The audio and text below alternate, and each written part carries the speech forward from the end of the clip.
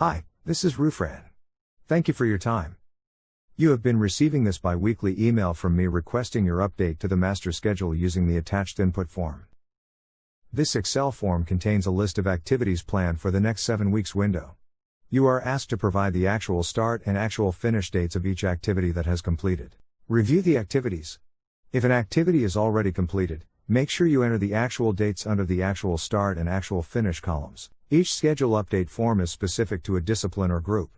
It can be civil, electrical, outage, commissioning, engineering, and others. Update to the master schedule is required on a biweekly basis. Start by entering the actual dates.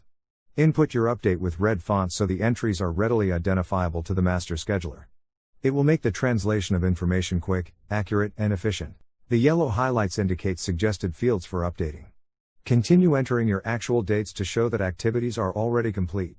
Change the % complete column field of the activities to 100%. Type your important comments under the comment/notes column. You can overwrite what's on there. Make sure it's in red font as well. All your entries must be in a different color font, preferably red. Change the 100% complete entry to red, as well.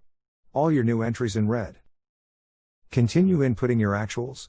If an activity is not yet completed, enter your new finish forecast under the finish column.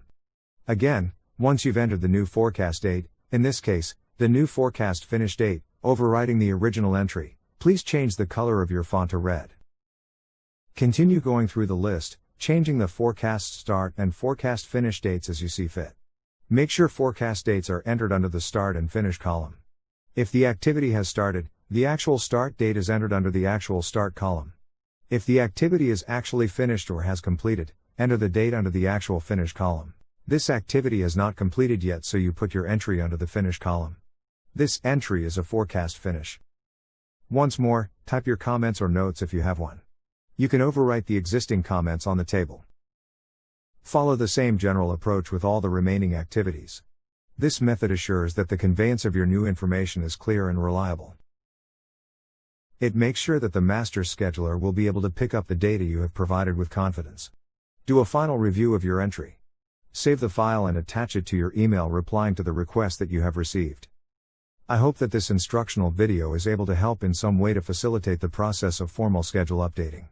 Please let me know if it did.